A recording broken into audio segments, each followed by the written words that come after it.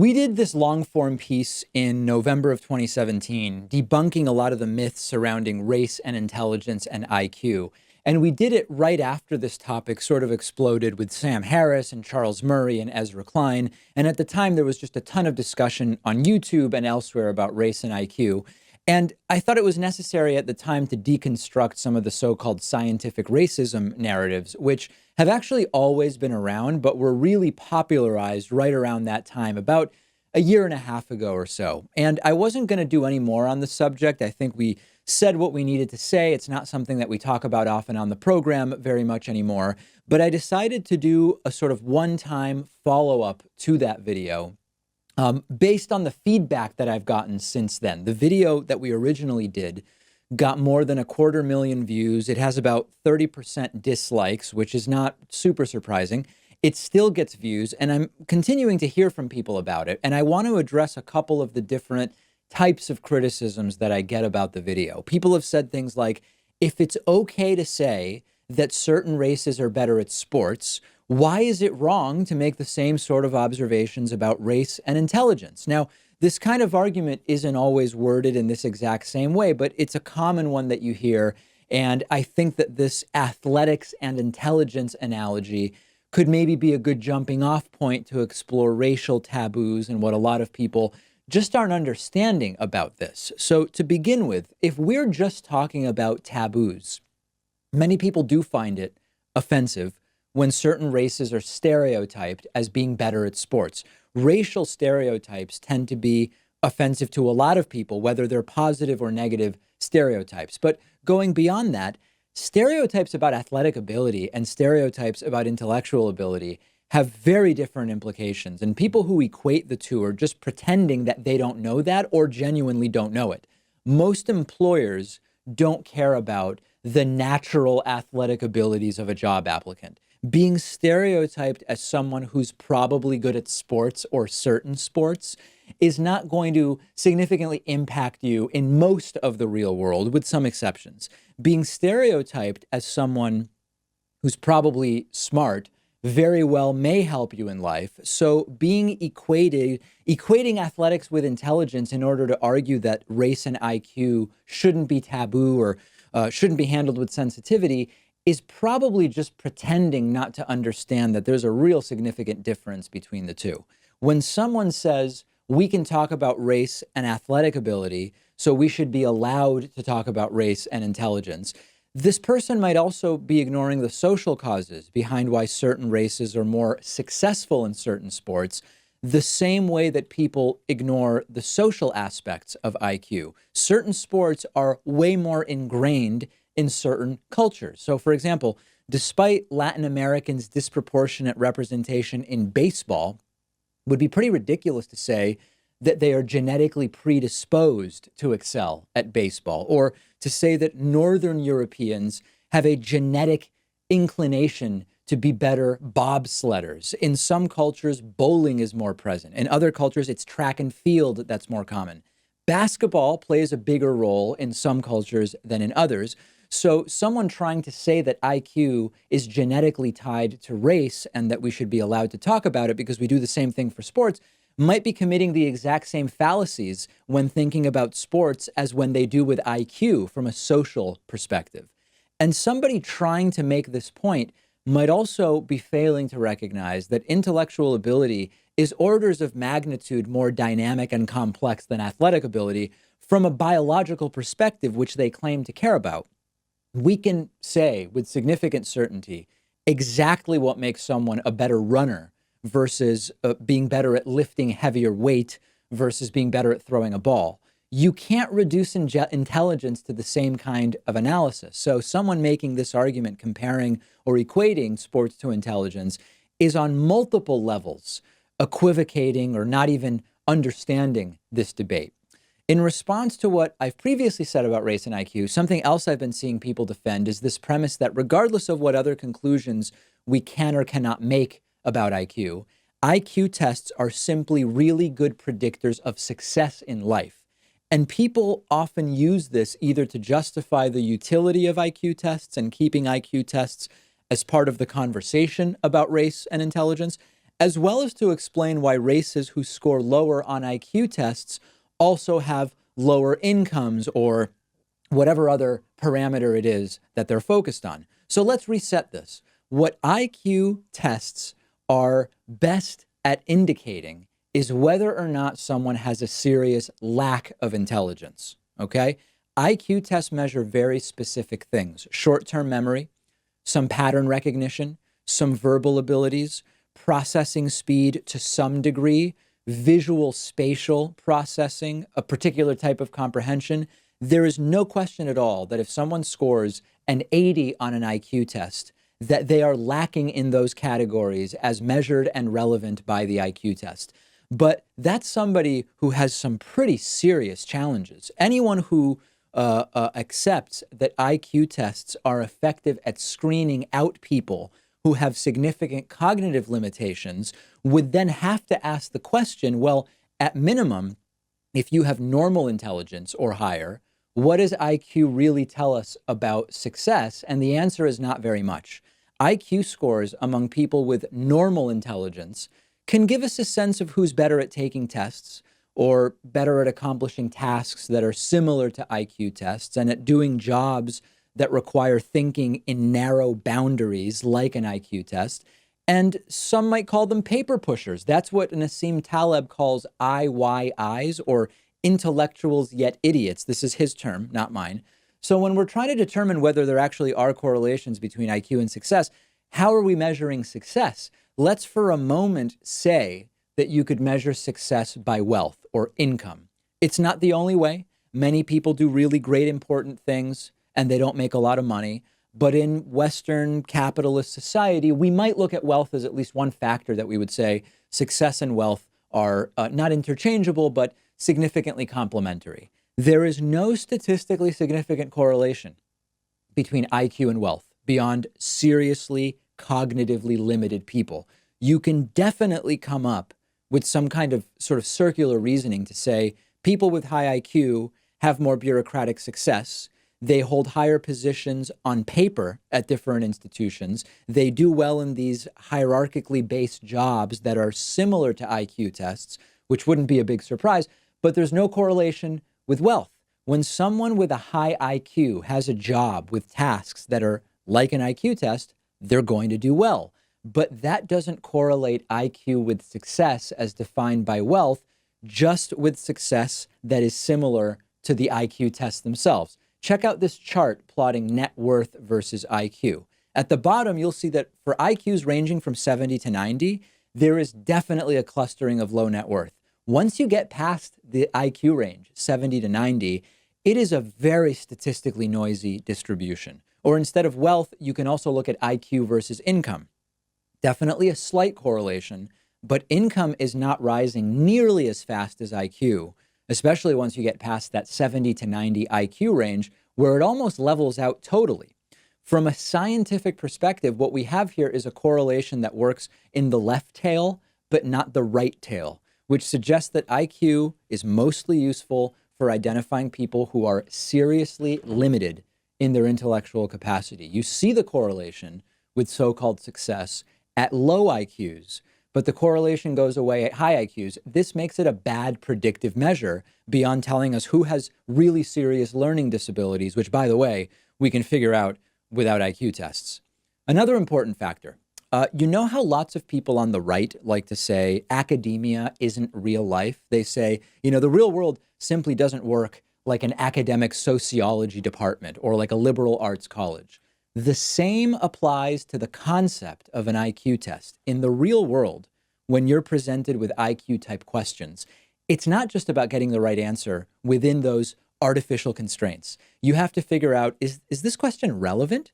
You have to figure out, why am I being asked this question? You have to figure out, is my time better spent elsewhere than answering this question? And as Nassim Taleb has written, an IQ test asks you in a sequence, 1, 2, 3, 4, X. What is X?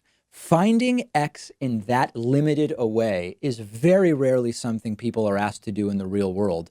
But more importantly, in the real world, people would say, why is it important to find X? IQ does not measure that, but real world success depends on that type of thinking. So once again, to compare IQ and success, let's look at IQ relative to specific elements of job performance. Correlations go from -1 to 1. Okay, so anything from 0 and up means that there is a correlation. A correlation of 1 would be total correlation. Like, for example, the correlation between being Homo sapiens and being human is 1. Training success in the military and IQ have a slightly larger than 0.6 correlation. On the other hand, job performance in medium complexity jobs correlates with IQ at about 0.5. Creativity correlates with IQ below 0.4, and leader effectiveness correlates with IQ at roughly 0.3. So you can still look at that and say, well, listen, 0.6 correlations are pretty high, and you're right. But once you account for a bell curve distribution, you have to realize why this is of very limited usefulness to us. If we look at just the correlation between IQ and performance in general, it looks like this. This doesn't make any sense unless, as I mentioned, IQ is merely a tool to identify people who are significantly limited in their intelligence and cognitive abilities. These correlations are low enough that there is massive overlap between supposedly low IQ and high IQ jobs. Check out this chart, which shows a whole bunch of different jobs and the IQ ranges of the people who do them. A quick glance at this looks very overwhelming. Wow, the IQ range of janitors and machine operators and truck drivers is just so much lower than the IQ for doctors and professors and electrical engineers. But remember, these are ranges. And if you look very closely at this, you'll notice that the top 25% of janitors have a higher IQ than the bottom 25% of college professors. And of course, part of this is circular because medical school requires that you've done well on things like SATs, which correlates with IQ because they're testing very similar things. Imagine how many lower IQ people could be doctors if more opportunities were given to people without high SAT scores who might still be a great doctor or a great professor. If the tests required to be a professor or doctor require high IQ, that's going to restrict those fields to people with higher IQ without ever having to demonstrate that the high IQ is actually necessary to be successful in those fields. So yeah, the people who peddle the race realist stuff about IQ are usually the same people who have this mantra about how important IQ is and how fatalistic and linked to success it is, which makes sense because IQ tests being relevant or useful to begin with is a necessary premise for everything else that follows in these hypotheses. They will say IQ tests are an authoritative measure of intelligence, and it's the most accurate measure of intelligence and of human potential. And that's how the race realists ensure that the next claim really comes with a sting, the claim that Black people or Hispanic people or whoever are on average destined to have lower IQs. So basically those groups are predetermined to live measurably lower quality lives. And that's just that. It might be sad, we might not like it, but it's the truth. But IQ doesn't measure all types of intelligence or even measure potential for success in life. It doesn't even really measure your full potential to perform on the IQ tests themselves. Children's IQ test scores can increase with certain type of educational interventions and with changes in environments. People of the same genetic IQ potential, for lack of a better term, would score differently when raised in different parental or socioeconomic situations. Environment is a massive factor. And one of the most interesting counterpoints to the racial IQ success theory is Polynesians. Native Polynesians are a racially or ethnically homogenous group that's spread out over a massive, massive environment, ranging from within New Zealand throughout islands in the Pacific all the way to Easter Island, with drastically different levels of success in economics, in technology development, in food production, longevity, and in many other factors. What matters were the environments they spread to, which allowed very different food production. When you have a food production surplus, that dictates when you can actually start to have members of your population specialize in tasks beyond the gathering of food itself. You start to develop politics and technology, and ultimately the level of success as measured by modern Western standards is heavily dependent on this. Now, there are ways in which IQ is partly heritable. There are studies involving identical twins who are raised in separate environments, or adopted children not raised by their biological parents that show this. There is not a total consensus as to what degree IQ is heritable or how strong the correlation is between differences in IQ and differences in genotypes. IQ heritability can even vary widely based on when and where you study it, under what circumstances, making it much more difficult to nail down. Is it a 0.2 correlation? Is it 0.5? Is it something else? But there's not much disagreement that IQ can be genetically inherited to some extent. It's more than zero, but it's definitely not one. But then the question is that the complete story or even nearly enough of it to understand what it tells us about the IQs of groups of people? And are there other facts that would complicate things for people who take twin studies and presume that it points to inherent average IQ differences that can be based on race? And the answer is what happens in individuals does not even necessarily have any bearing on what happens in groups. Imagine you have Group A and Group B. Group A has higher average IQ scores than Group B. And you want to know, is that because of genetic differences between the two groups? To confirm that that's the case, you would need, one, specific identifiable genes that consistently cause people to have higher IQs. And Group A would need to, on average, have more of those genes than Group B has. And number two, the difference in IQ between the two groups would need to be greater than that which could be explained by the environment. And we know that this isn't the case when we're talking about races. Research has shown us that the IQ differences we see between races is no greater than the IQ differences we observe between children raised in different environments. We also know that IQs in the United States and worldwide have risen more quickly in the past 100 years than could ever be accounted for by genetics. IQ is highly malleable depending on environment. And then last, but definitely not least, as an extremely important crux in all of this, if you're dealing with something biological, like genetic IQ, you have to be weighing it against something that is also biological. It would be totally meaningless, for example, for us to do research on the correlation between having red hair and being a libertarian. One is a biological trait, one is a socially constructed trait. Race is a socially constructed trait, not a distinct biological concept. But this is the position of the NIH, the APA, the American Anthropological Association. There is no gene or set of genes that all people from one race have. There's so much genetic diversity within what we refer to as races that any conversation about weighing a biological variable like genetic IQ against race is moot from the beginning. But some people were even saying that the NIH and the APA take this position on race because they are institutions controlled by liberals. I do want to just break this down again because it really is what makes the entire race realist argument about genetic IQ completely implode.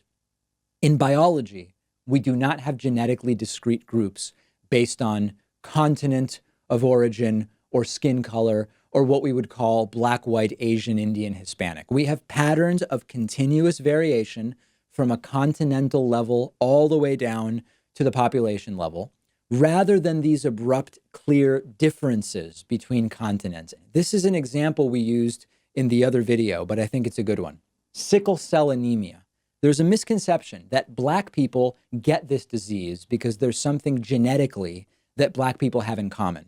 Here's a map of the distribution of sickle cell anemia, which is common in the Middle East and India as well, because it develops where malaria is common. It has nothing to do with being Black or African and Black people sharing DNA. There's nothing that all Africans or Asians or white people have in common within their races that's not shared between races. But you might be thinking people within races have to share something genetically because I can look at someone and I can tell what race they are. There are physical features in common, and these are based on genes. Like, for example, these two people, clearly these are two people of African descent. There's something visually distinct about people of African descent. You'd be wrong. The man on the left is an Aboriginal Australian, and the boy on the right is a Jarawa, an indigenous people of the Andaman Islands in Southeast Asia. We learn nothing about their genetics by looking at them, and your average person from either of these two regions would have very little in common genetically with someone from Africa. Dark skin, dark kinky hair is an adaptive trait that develops in people who live near the equator on any continent. And by the same token, a person from Nigeria and a person from Zimbabwe wouldn't be assumed to necessarily have much in common genetically either. Neither would someone from France and someone from Russia, even though they may both look white. So you quickly realize why trying to correlate a specific genetic trait with a genetically arbitrary variable like race or continent doesn't get you anywhere. You have to understand the difference here between the general notion of IQ being heritable on an individual basis from parent to child, which is all that we actually learn from the twin studies, where we see IQ inherited to some degree, and the more specific notion that there's evidence for average genetic IQ differences between races, which would then also assume that race is even a valid factor biologically against which to measure genetic IQ differences. It's time to move on from this. It's passé. I know I will get another series of rebuttals from people in the audience, but for the time being, we've said more than enough about race and IQ, and there are really important issues that we actually have to solve on planet Earth for Homo sapiens' future.